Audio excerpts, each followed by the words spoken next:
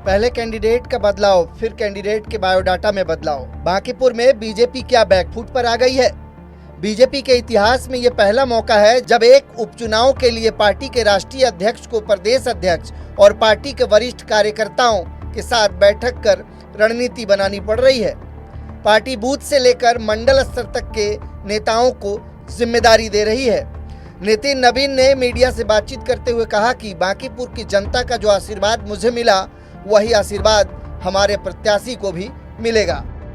NDA के प्रदेश अध्यक्ष की बैठक खत्म हो गई। बैठक में बड़ा निर्णय लिया है। आपको दिखा रहे हैं राष्ट्रीय अध्यक्ष नितिन नवीन बैठक के बाद निकले हैं और बैठक में निर्णय लिया गया है कि निश्चित तौर पर कह सकते हैं कि जीत को लेकर के पूरी तैयारी की जा रही है। लोगों को जिम्मेदारी सौंपी गई है और उस जिम्मेदारी के अनुरूप कह सकते हैं यह बड़ा निर्णय ले लिया गया है कि प्रदेश अध्यक्ष जो होंगे एनडीए घटक दल के सभी प्रदेश अध्यक्ष अपने अपने दलों के नेताओं के साथ मॉनिटरिंग करेंगे, अपने अपने दलों के नेताओं के साथ चुनाव प्रचार करेंगे और चुनाव प्रचार करने जाएंगे और चुनाव प्रचार करेंगे और करने के बाद कह सकते हैं कि वहाँ बीजेपी के प्रदेश अध्यक्ष, राष्ट्रीय लोक मोर्चा के प्रदेश अध्यक्ष के साथ सभी लोग सीधे तौर पर चुनाव प्रचार करेंगे।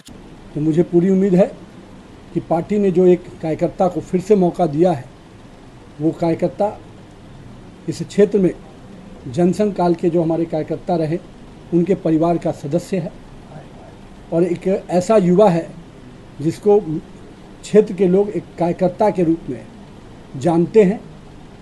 वो हर लोगों की समस्याओं के साथ खड़ा रहता है। लोगों में कह सकते हैं कि उसकी पहचान बड़ी नहीं है, पर उसका सेवा जिस क्षेत्र में वो काम करता है वो बहुत बड़ा है। मुझे उम्मीद है कि बांकीपुर के लोग का भी वही आशीर्वाद और स्नेह जो मुझे मिला, भारतीय जनता पार्टी को मिला, वो स्नेह और आशीर्वाद नीरज सिन्हा को भी पूरी तरह से मिलेगा।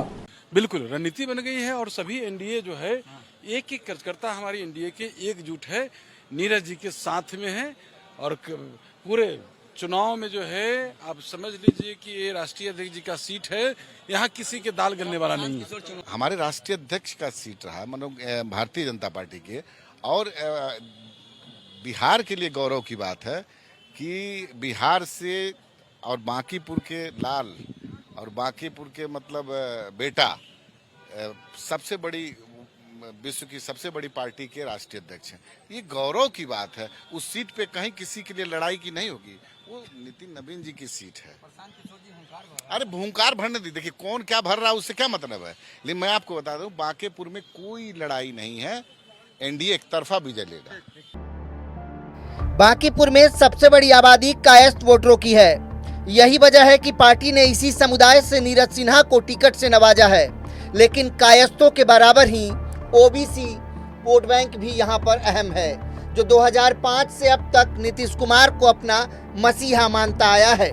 आरजेडी ने वैश्य कार्ड खेलकर उपचुनाव को ज्यादा रोमांचक बना दिया है।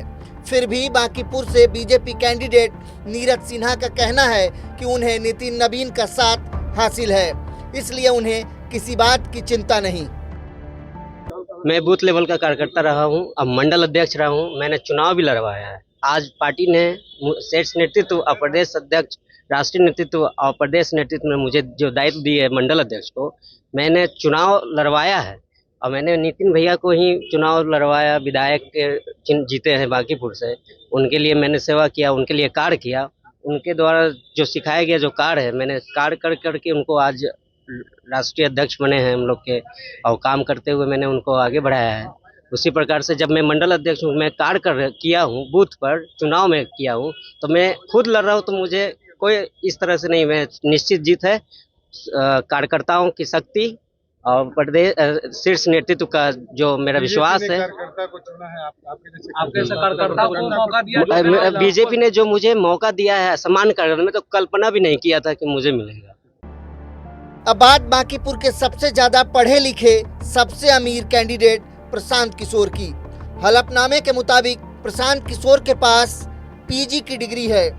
उनके पास लगभग 198 करोड़ की संपत्ति है।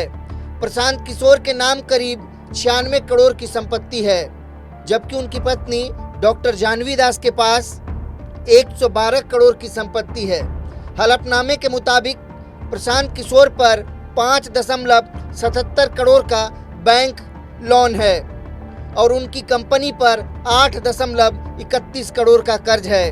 उनके खिलाफ 8 आपराधिक मामले लंबित बताए गए हैं। इनमें से किसी मामले में अभी अदालत ने आरोप तय नहीं किए हैं। कभी दिग्गज नेताओं और पार्टियों के लिए चुनावी रणनीति बनाने वाले प्रशांत किशोर इस सीट से सीधे तौर पर अपना पहला चुनाव लड़ रहे हैं, जिससे यह मुकाबला राष्ट्रीय स्तर पर चर्चा का विषय बना है। लेकिन एनडीए प्रशांत किशोर को ज्यादा तवज्जो नहीं दे रहा है। अरे प्रशांत किशोर जी का क्या सुनना है, उनके बारे में क्या बोलना है। जो अपने बच्चन के सगा नहीं है, वो भला जनता का सगा क्या हो सकता है। बांकीपुर से जनशक्ति जनता दल और तेज प्रताप यादव की पार्टी की उम्मीदवारी बीणा मानवी का नामांकन रद्द हो गया है। सूचना मिलने के बाद तेज प्रताप यादव निर्वाची पदाधिकारी के कार्यालय पहुंचे और अपना विरोध जताया। एनडीए की सहयोगी दलों के साथ बैठक के फौरन बाद बीजेपी ने बांकीपुर उपचुनाव के लिए स्टार प्रचारकों की सूची जारी की। इसमें 40 लोगों का नाम शामिल है। स्टार प्रचारकों में बीजेपी के राष्ट्रीय अध्यक्ष नितिन नवीन, मुख्यमंत्री सम्राट चौधरी, भोजपुरी सुपरस्टार पवन सिंह, सांसद मनोज तिवारी के अलावा कई केंद्रीय मंत्री शामिल हैं। इस हाई प्रोफाइल उपचुनाव के लिए वोटिंग 30 जुलाई को होगी और परिणाम 3 अगस्त को घोषित किए जाएंगे।